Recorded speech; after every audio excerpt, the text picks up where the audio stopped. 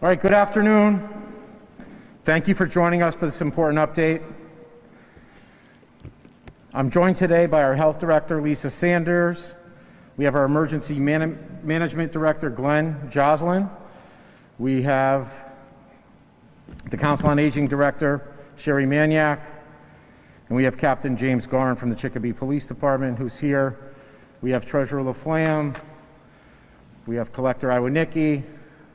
We have Jeff Trask, consultant with emergency management. And we have Mike Pease, my chief of staff. Thank you, and my communications director, Bobby Mab.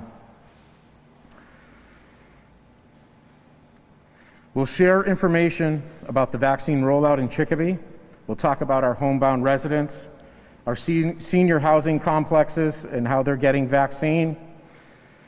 And lastly, we're going to talk about the disturbance within the city of Chicopee by reckless, illegal, dangerous riding of pedal bikes, dirt bikes, motorcycles, and quads. I'm going to start with the state vaccine update. The Massachusetts vaccine supply, as we all know, remains limited. The state is receiving just over 350,000 doses. Last week is what I saw from the federal government. Governor Baker today announced an additional 40,400 Johnson & Johnson doses coming next week. We as a city are excited to hear these numbers. We will continue to remain positive about vaccine supply as the doses continue and gradually increase in the Commonwealth. We remain hopeful that the Mass DPH will allow Chicopee's proposed regional site at the Castle of Knights to assist with the distribution. We've created the potential capacity, and we await the call to assist in getting vaccine doses in people's arms. We remain diligent in our city with the COVID vaccine preparedness with the COVID vaccine task force.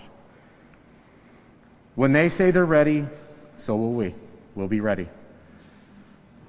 On that note, I'd like to have our Health Director, Lisa Sanders, come up and talk a little bit about Chicopee and our vaccine and our current situation. Thank you, Mayor. You're welcome. Good afternoon, everyone. The city of Chicopee continues to remain at a high-risk community. We are in the red. It is important to note that the B117 UK variant has been identified in our community. This variant spreads quickly and easily. It is now more important than ever to follow quarantine and also isolation guidelines that are in place for confirmed cases as well as close contacts. As of today, March 25th, here are our numbers. We have had 26 COVID-related deaths. We still have 162 open cases. 3,276 cases have closed. We have 115 people in our NA category for a total of 3,579. In an effort to continue to stop the spread, we are still offering our free testing on Mondays and Wednesdays at the Council on Aging. The number of tests to date, we've tested 5,362 people with a total of 662 positive cases.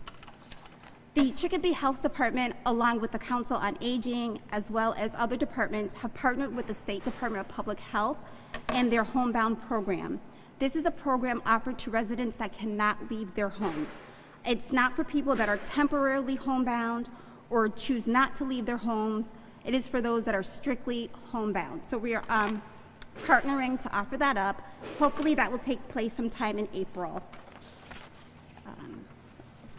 And I just wanted to give some of the vaccine population report. The city of Chicopee has a population of 56,710 residents. As of today, 6,345 residents have been fully vaccinated.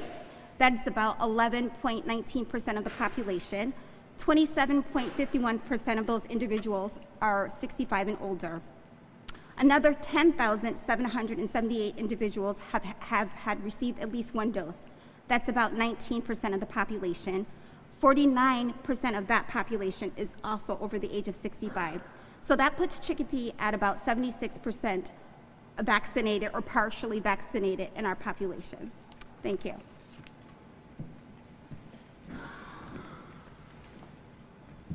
Thank you, Lisa.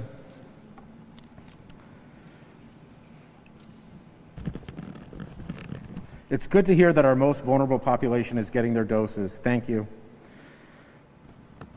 With that, I'd like to ask the River Mills Senior Center Director, Sherry Maniac, to come up and give us some more updates on how we're handling vaccine rollout and how we're helping our seniors. Sherry? Good afternoon. So I wanted to talk a little bit about the state's new homebound vaccination intake line. It is 1-833-983-0485. It is open Monday through Friday, 9 to 5. The intake line is available in English, Spanish, and other languages. This is for people who cannot leave their home for a vaccine appointment, even with assistance. Or you can also call the state's 211 hotline for assistance. The senior housing projects in Chicopee are now booking appointments for vaccines. Anyone who lives in senior housing should contact their management company to see what's being done to offer vaccines at the housing complexes. Anyone who lives in the Chicopee Housing Authority housing should contact the authority itself, which has begun scheduling vaccines clinics. The Council on Aging staff continues to help registered people on the state's vaccination registration database for larger mass vaccination sites, including the Eastfield Mall. We urge people to register at this site as a backup and continue to pursue other vaccination avenues, including CVS, Stop and Shop, Walgreens, etc. Please don't hesitate to ask your family members and friends who are computer literate to help you track down a vaccine appointment. That's what family and friends are there for, especially during the pandemic. Please stay vigilant in keeping safe. COVID cases are on the rise in Chicopee. We are not out of the woods yet. Please remember to wear masks, social distance, and wash your hands and use hand sanitizer. Never hesitate to call the Council on Aging at 534-3698. We are here to help and listen. Thank you.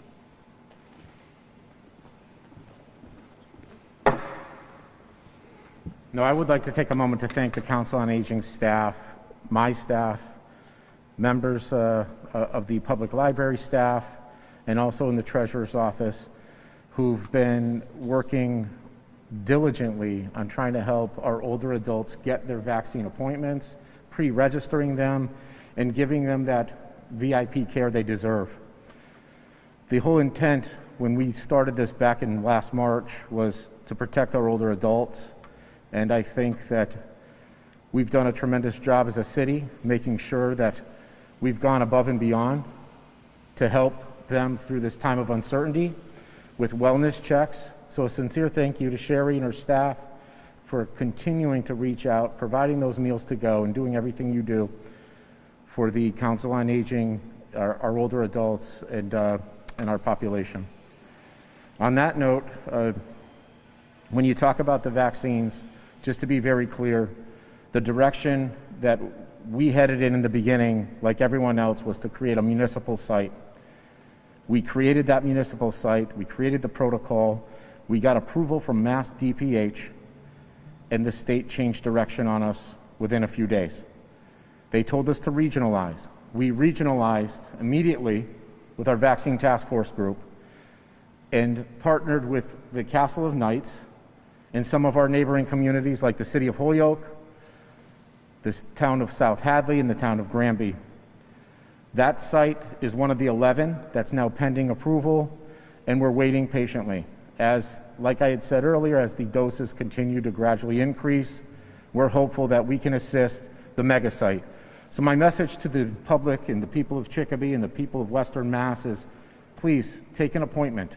If you can get an appointment through the pre-registration system and go to the Eastfield Mall mega site, it's my understanding it runs very efficiently, but we're here to assist. We've created the capacity as a city, and we're waiting for the go. And when we get that go, we will take immediate action to help get doses in people's arms. On that note, I'd like to change a little bit of direction with the press conference and call up Captain Jeff Garin, who's going to give us an update on where we're at with the illegal pedal bikes, dirt bikes, motorcycles, and quads, and the reckless driving here in the city of Chicopee and in Western Mass. Captain, thank you for joining us.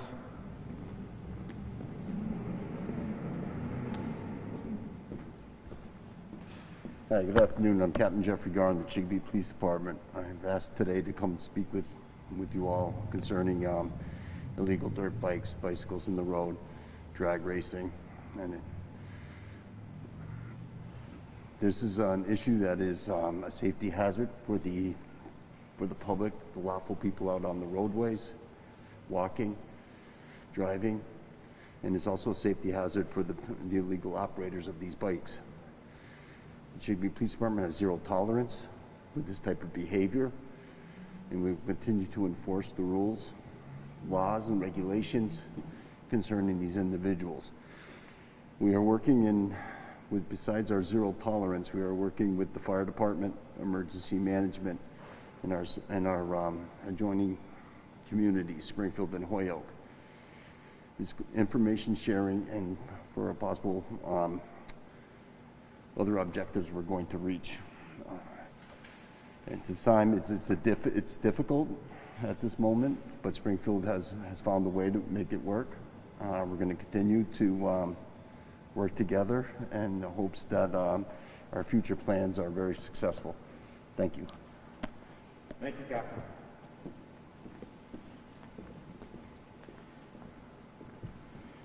There's a couple of closing remarks that I want to make before I take any questions. I can tell you one thing that has been resonating with me as we've just gone over a year of this really unique time of state of emergency and also getting through this pandemic and having a positive outlook every day. But one of the things I'd like to do is take a moment here as a city to recognize and thank all of those people who have been out there in the front line. We're talking about the hospital staff and the doctors and medical professionals who are out there every day. I'm talking about our teachers who have found creative ways to keep education active and have been able to endure a time that we've never seen before. So thank you to the teachers. Thank you to the school district as a whole for their efforts to make sure that not only are all our schools safe, but that we're also able to make sure that education keeps moving forward every day with the unique circumstances that we've gone through with Chromebooks and stepping away from the bricks and mortar and focusing on remote and now coming back to in-person learning, which we know is probably the best way to educate our students. Our friends and people who have been checking in with us, those people matter. The people that make a difference in our community every day. The municipal employees that are out there working, making sure that first and foremost that all of our services continued without a hitch. Our first responders are out there keeping our city safe, and they're going to do that every day. We're going to make sure that our roadways are safe, and we're going to have, like Captain Garin said, zero tolerance for that crazy, reckless behavior that's been going on in Western Mass for far too long. And assisting our elderly population, like I talked about before, I think it's very important to realize that our older adults have put in their time, and when they need us, we're there. And my office staff is here to assist any way we can. If you are having a problem with vaccine, please call us. We'll help you. We will do everything we can in our power to make sure that we help you get through this time of uncertainty. It's something we're committed to every day and something we take a lot of pride in as a compassionate city that we are. When Chicopee has a need, a cause, or a reason, we come through every time. So thank you for joining us this afternoon. That's our update. I'll open up to any questions anyone may have. I know that Captain Garin will be available, the director from the Council on Aging, Sherry, and also Lisa Sanders. Yes? I know the health director is mentioning that the B117 variant is present in the community. I was just wondering how prevalent is it? Is there any confirmed number as to how many people have that? I'm going to let Lisa, because my last update was Wednesday. So yes, as of yesterday, there was Just one. One case. The state was just, it was an FYI, just to let me know that there was one confirmed case. But it's in mass, so we know that, but they were just letting me know that we did have one confirmed case in And our I know city. that there's kind of been a little bit of worry around this new variant because there's so much unknown. But I guess, what's your message to the people of Chicopee now that this, variant is in the community? Is there any special precautions they should take or anything? Because I know there's going to be worry around. So it's the same precaution, so wearing masks, washing your hands, keeping your distance, but just know that this spreads more easily. So we really just have to not let our guards down, have to stay very vigilant. So it's the same precautions. And when was that case confirmed? It was actually, so it was brought to my attention this week. I think it was confirmed in February. Oh, okay. Okay, yeah. So, anything else? Thank you. Excuse me. I can tell you as a city, when it comes to variants or what it may be with COVID-19, that the message is going to be the same that we've had since last March. And we've proven as a society that we can live with COVID-19 if we follow the orders and advisories that have been brought to us through the governor's office and the Mass Department of Public Health. On that note, I think if we as a community continue to just follow those guidelines, we can get through this together. And I say this quite frequently, it's one test, we offer that free testing, and one vaccine at a time. That's how we're going to get through it. The testing takes people who are potentially exposed and become COVID positive and gets them out of the general population, gets them quarantined, and that's the only way we're going to get our numbers down. It's the only way we're going to get back to new normal, and we're excited about hopefully summer and fall events returning as more and more people get inoculated. Thank you. Any other questions? Thank you so much for your time. It means a lot. Thank you for helping us get our message out. Thanks. Have a great day.